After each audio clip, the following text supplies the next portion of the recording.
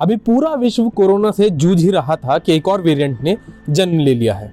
जी हाँ, अगर आप कोविड की चिंता से मुक्त हो गए हैं और आपने मास्क लगाना छोड़ दिया है तो वक्त है कि अब भी समझ जाइए, क्योंकि भारत में कोरोना के नए वेरिएंट ओमिक्रॉन ने एंट्री ले ली है। ओमिक्रॉन नवंबर में साउथ अफ्रीका में पहली बार पाया गया था, लेकिन अब ये पूरे विश्व में तेजी से फैल गया है। विश्व भर के वैज्ञानिक बता रहे हैं कि ओमिक्रॉन घातक साबित हो सकता है। वर्ल्ड हेल्थ ऑर्गेनाइजेशन के वैज्ञानिक चेतावनी देते हुए कहते हैं कि ये डेल्टा के मुकाबले 3 गुना तेजी से फैलने की और पहले से वैक्सीनेटेड लोगों को इन्फेक्ट करने की क्षमता रखता है, और ऐसा प्रमाणिक तौर पर हो भी रहा है। अमेरिका में बीते हफ्ते ओमिक्रॉन के केसेस 13% से 73% हो गए हैं। अनेक देशों ने लॉकडाउन फिर से लगाने शुरू कर दिए हैं। जर्मनी, पुर्तगाल, फ्रांस, इंग्लैंड जैसे देशों ने ओमिक्रॉन से लड़ने की तैयारी शुरू भी कर दी है। पब्लिक प्लेसेस पर प्रतिबंध लगाने भी शुरू कर दिए हैं। और इधर भारत भी रेड अलर्ट पर है।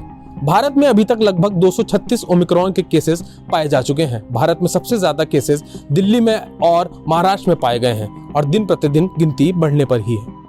गौरतलब है कि भारत अभी भी पूरी तरह से कोरोना मुक्त नहीं हुआ है। अभी भी प्रतिदिन लगभग 7,000 कोरोना के केसेस देखने को मिल रहे हैं।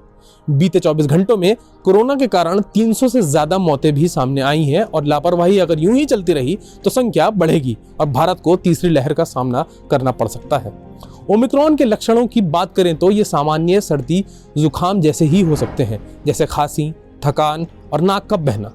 कहा यह भी जा रहा है कि पिछले वेरिएंट्स की तरह ये आपके फेफड़ों में नहीं घुसता है, इसलिए ये इतना घातक नहीं है। दिल्ली एम्स के चीफ रणदीप गुलेरिया का कहना है कि यूरोप में केसेस की बढ़ोतरी को ध्यान में रखते हुए भारत को भी तैयार रहना चाहिए। उन्होंने कहा कि इससे लड़ने के लिए सभी को अपनी वैक्सीन पूरी करवा लेनी चाहिए और स्वास्थ्य मंत्रालय द्वारा जारी किए गए कोविड संबंधित नियमों को पालन करने का आग्रह भी किया। केंद्र सरकार ने सभी राज्यों को ओमिक्रॉन के खिलाफ सख्त से सख्त कदम उठाने को कहा है और नाइट कर्फ्यू लगाने का भी सुझाव दिया है। राज्य ऐसा कर भी रहे हैं। मुंबई में अब 200 से ज्यादा लोगों को इकट्ठा होने के लिए म्युनिसिपल कमिश्नर की परमिशन लगेगी। दिल्ली ने भी कमर कस ली है और क्रिसमस और नए साल के समारोह पर भी रोक लगा दी है। केंद्र स्वास्थ्य मंत्री मनसुख मंडावी ने राज्यसभा में कहा कि ऐसा कोई सबूत अभी तक सामने नहीं आया है कि मौजूदा दवाई ओमिक्रॉन के खिलाफ प्रभावी नहीं है, लेकिन खबरों की माने तो जो लोग पूरी तरह से वैक्सीनेटेड भी हैं वो लोग भी इससे बच नहीं पा रहे हैं।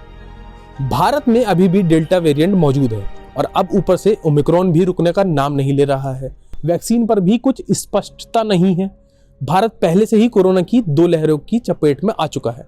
पहली बार लहर में कह दिया गया कि अनुभव नहीं था, दूसरे में ऑक्सीजन नहीं थी। अब अगर तीसरी लहर आई तो देखना यह होगा कि क्या भारत द्वारा उठाए गए कदम महत्वपूर्ण साबित होते हैं या नहीं।